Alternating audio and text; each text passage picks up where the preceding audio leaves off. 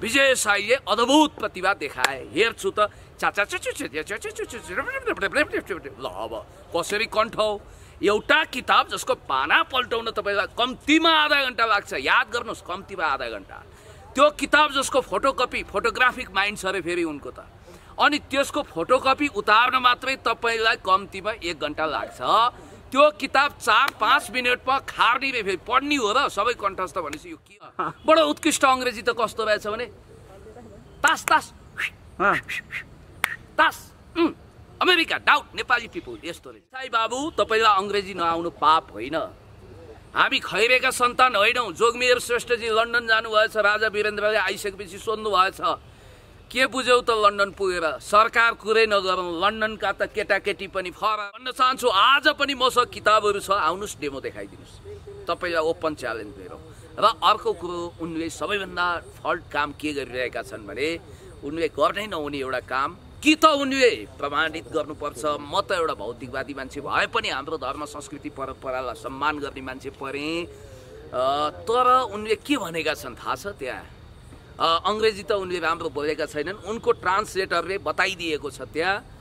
र उनको according to Vijay Sai उनले भनेका छन् आई हेभ डिभाइन पावर, दैविक शक्ति छ, काली माताको शक्ति रे। ओ फर्मुला होइन, मुला खेती गर्न चाहिँ योग्य हुनुहुन्छ तपाईँ। जानुहोस् आफ्नो ठाउँमा जानुहोस्, उन्नत नस्लको उन्नत जातका मुलाहरू रोप्नुहोस्, पैसा कमाउनुहोस्। हामीले त्यही भनेका हौँ, मान्नु भएन। बिचमा फेरि उहाँले त यो मैले के देखिरहेको छु भने वैदिक साहित्य, हाम्रो समृद्ध परम्परा, धर्म रीतिरिवाजको हवाला दिँदै अनि त्यसपछि उहाँले कहिले योगासन कहिले पद्मासन भन्ने बिचरा केटाकेटीहरूको खुट्टा दुखेर अब त्यो गलत ढङ्गले सिकाइयो भने के हुन्छ? कसो प्यारालाइसिस भएनन्, 2-3 दिन तिनीहरूलाई कुजो हुने गरी सिका। Because he is the fake, he is the liar, he is the scammer. मेरो भनाइ त्यही थियो। You should try to understand me. I would like to request you please keep patience. लगायतका डिभाइस राख्ने अनि त्यसपछि चाचाचुचु ओम भनेर फेरि हिन्दू वैदिक मन्त्रलाई पनि दुरुपयोग गरेर त्यहाँ अनेक खालका। उनी त यस्तो थिए कि मानव उनलाई 3 वर्षको उमेरमा वनझाँक्रीले लगेर छिट्टै नै रिठे झाँक्री बनाएर फर्काइदियो। आदरणीय दर्शकहरू, यतिखेर हाम्रो बीचमा हुनुहुन्छ प्रखर वक्ता, जहाँ समसामयिक राजनीतिक विषयवस्तुहरूको लागि र त्यसै गरी सामाजिक विषयवस्तुहरूमा पनि खरो प्रस्तुति दिँदै आउनुभएका पुण्य गौतमजी, स्वागत छ, नमस्कार। हार्दिक आभारी छु, धन्यवाद। पुण्यजी, यतिखेर तातेको सतह माहौलजी, तपाईँले सुरुदेखि उठाउँदै आउनुभएको एउटा विषय थियो विजय साई फेक हो भन्दै हुनुहुन्थ्यो होइन? विजय साईको त एकपछि अर्को गर्दै कर्तृत्व बाहिरिन थाल्यो त, यहाँले कसरी लिनु भएको छ?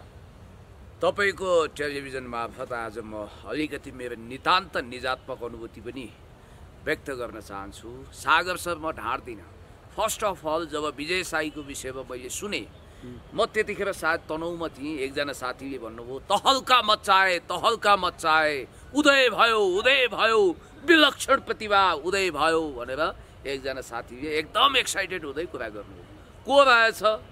कतै बालक आदित्यको फेरि अर्को चमत्कार पो देखियो कि भनेर कसले त्यस्तो गर्यो भनेको एकजना विजय साई भन्ने यस्तो प्रतिभाशाली मान्छे, बाफरे, भूत भविष्य वर्तमान त्रिकालदर्शी। किताब त खरर र एकैछिनमा भन्नुभयो। मैले सोचेँ सुपर नेचुरल पावर कहिलेकाहीँ एक्जिस्ट गर्छ, मान्छेमा त्यो खालको शक्ति हुन्छ। I just believe on dielectric materialism as well Marxism.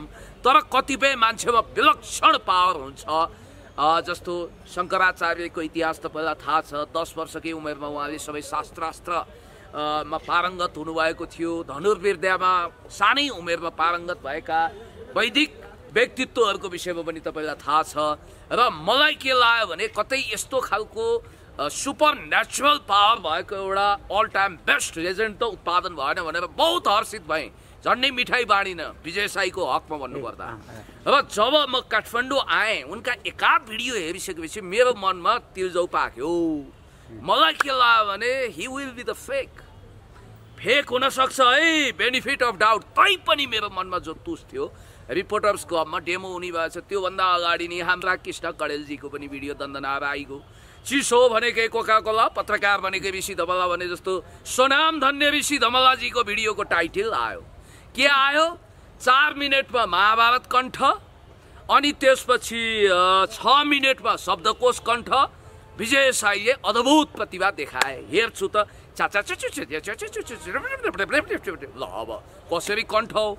एउटा किताब जसको पाना पल्टाउन तपाईँलाई कम्तीमा आधा घन्टा लाग्छ, याद गर्नुहोस्, कम्तीमा आधा घन्टा। त्यो किताब जसको फोटोकपी, फोटोग्राफिक माइन्ड छ अरे फेरि उनको त, अनि त्यसको फोटोकपी उतार्न मात्रै तपाईँलाई कम्तीमा 1 घन्टा लाग्छ। त्यो किताब 4-5 मिनटमा खार्ने रे, फेरि पढ्ने हो र सबै कण्ठस्थ भनेपछि यो के होला त।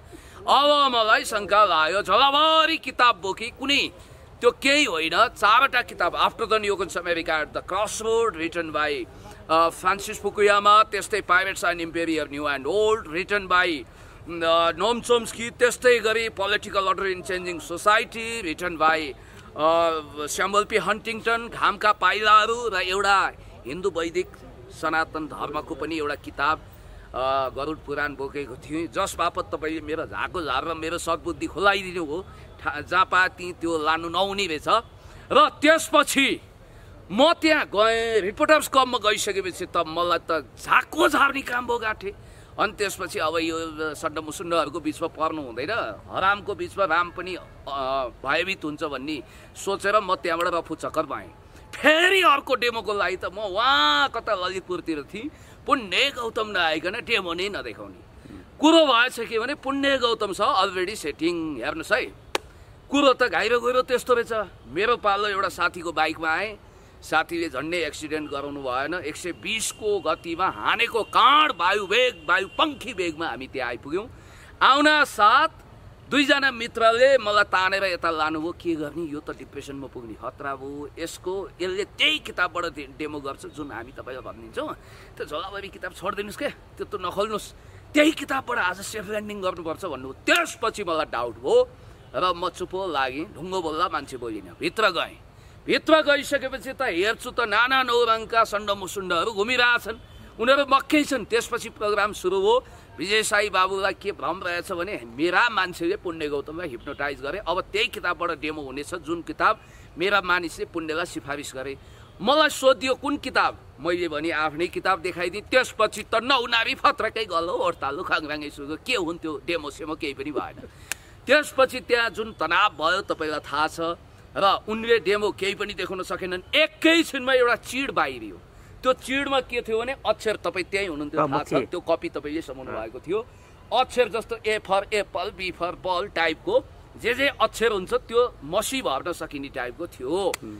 डिजिटल रुममा जाने, मोबाइल लगायतका डिभाइस राख्ने, अनि त्यसपछि चाचा चुचु ओम भनेर फेरि हिन्दू वैदिक मन्त्रलाई पनि दुरुपयोग गरेर त्यहाँ अनेक खालका, उनी त यस्तो थिए कि मानव उनलाई 3 वर्षको उमेरमा वनझाँक्रीले लगेर छिट्टै नै रिठे झाँक्री बनाएर फर्काइदियो।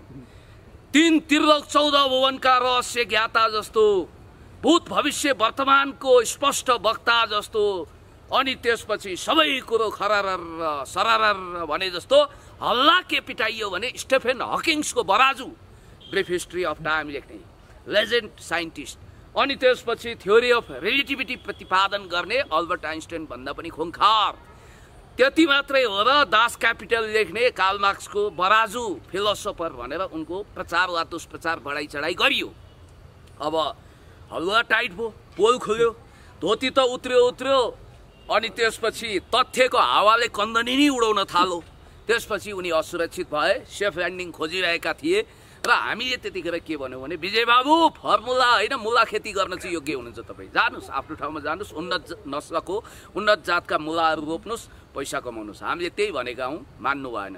बिचमा फेरि उहाँले त यो मैले के देखिरहेको छु भने वैदिक साहित्य, हाम्रो समृद्ध परम्परा, धर्म रीतिरिवाजको हवाला दिँदै, अनि त्यसपछि उहाँले कहिले योगासन कहिले पद्मासन भन्ने बिचरा केटाकेटीहरूको खुट्टा दुखेर अब त्यो गलत ढङ्गले सिकाइयो भने के हुन्छ, कसो प्यारालाइसिस भएनन्, 2-3 दिन तिनीहरूलाई कुजो हुने गरी सिकाएछन्।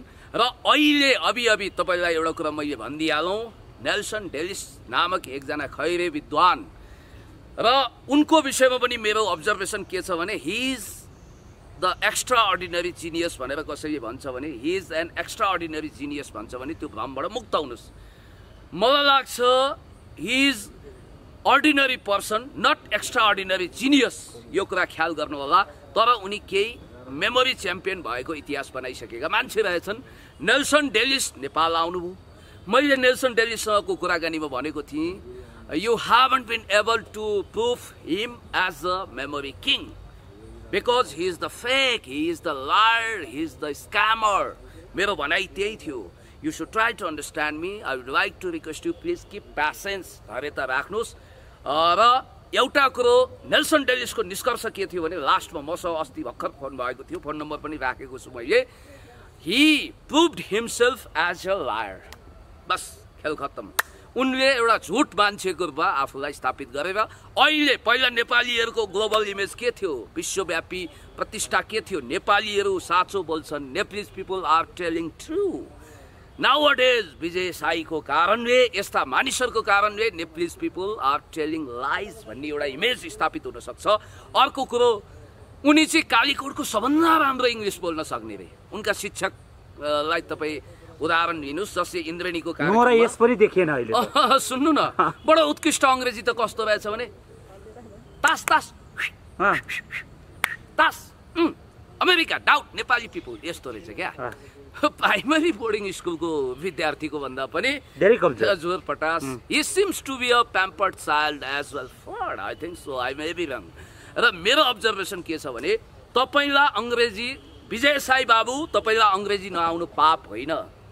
हामी खैरेका सन्तान होइनौँ. जोगमेर श्रेष्ठजी लन्डन जानुभएछ, राजा वीरेन्द्रले आइसकेपछि सोध्नु भएछ के बुझ्यौ त लन्डन पुगेर, सरकार कुरै नगरौँ, लन्डनका त केटाकेटी पनि फरर अङ्ग्रेजी बोल्दा रहेछन् भन्थे रे. त्यस्तै चन्द्र शमशेरको दरबारमा एउटा लर्ड आएछन्, बुढालाई यसो हेरेको त लर्ड त रातो पिरो छ, रगत चुइएला जस्तो. के भन्नु यसलाई, you are looking like bloody भनेछन् के. अब ब्लडी भने त झन्डै कुटेन, अब के श्रीतिनलाई कुट्न मिलेन, तर कति गाली थियो सुन्नुहोस् त.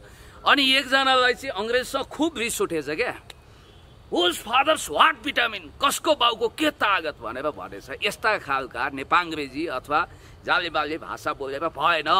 र अर्को कुरा ख्याल गर्नु होला, प्रेसिडेन्ट सी जिनपिङ जो आफ्नो सभ्यता र परम्परालाई बहुत माया गर्नुहुन्छ, चाहे मोदीकै कुरा गर्नुहोस्, राजा वीरेन्द्र भनिन्छ समकालीन दुनियाँको राम्रो अङ्ग्रेजी वक्ता हुनुहुन्थ्यो. तर उहाँ इन्टरनेसनल फोरममा सकेसम्म नेपाली ल्याङ्ग्वेज चुज गर्नुहुन्थ्यो.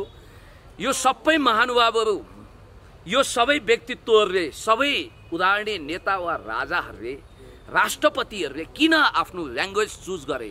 प्रेसिडेन्ट सीले किन मन्डारियन, वीरेन्द्रले किन नेपाली, अथवा बिपीले किन नेपाली, अथवा जननेता कमरेड मदन भण्डारीले नेपालीमा किन बोल्नुभयो, पुष्पलाललाई नेपाली किन प्यारो लाग्थ्यो भने उहाँहरू आफ्नो भाषालाई यति माया गर्नुहुन्थ्यो.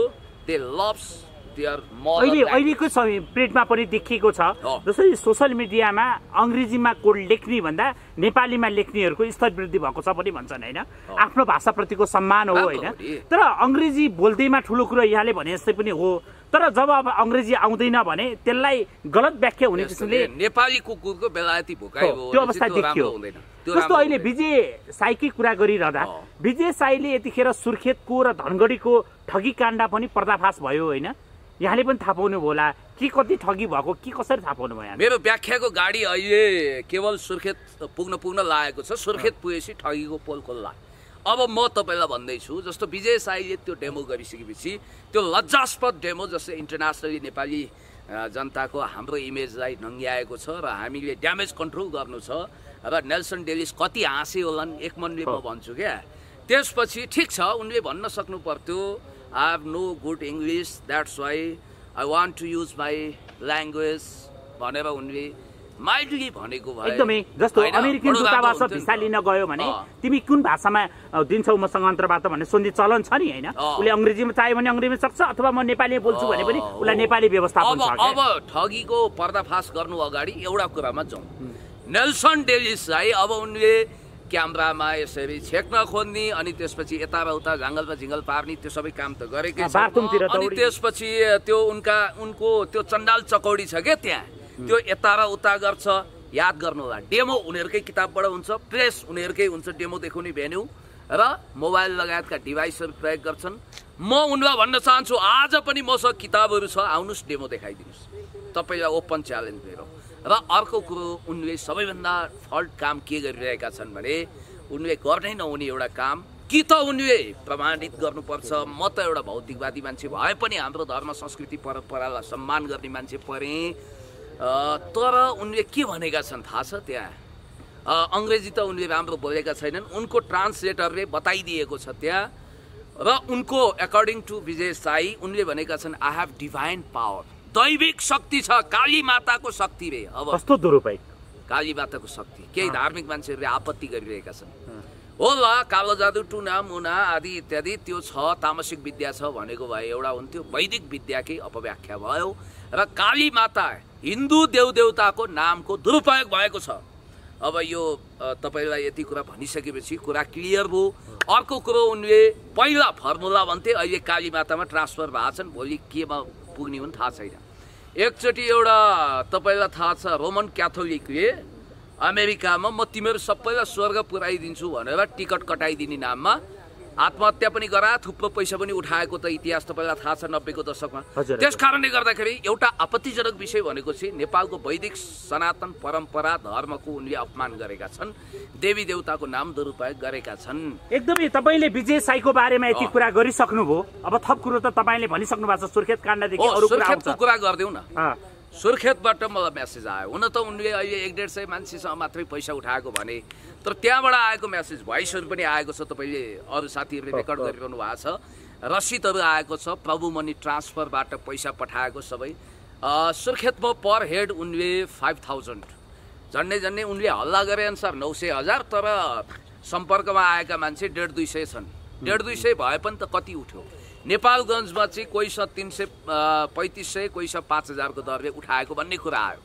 अनि त्यस्तै धनगढीका पीडितहरू पनि 5000 दियौँ भन्छन्। अब धनगढीदेखि धनकुटासम्म, झापालीदेखि स्याङ्जालीसम्म सबैले थाङ्नामा सुताएर अब यस्तो खालको कृष्ण कडेल ऋषि धमलालाई त झुकाउनु। भाग्य नेउपाने बिचरा उनको त भाग्यको घडा नै फुटाइदिए यिनले।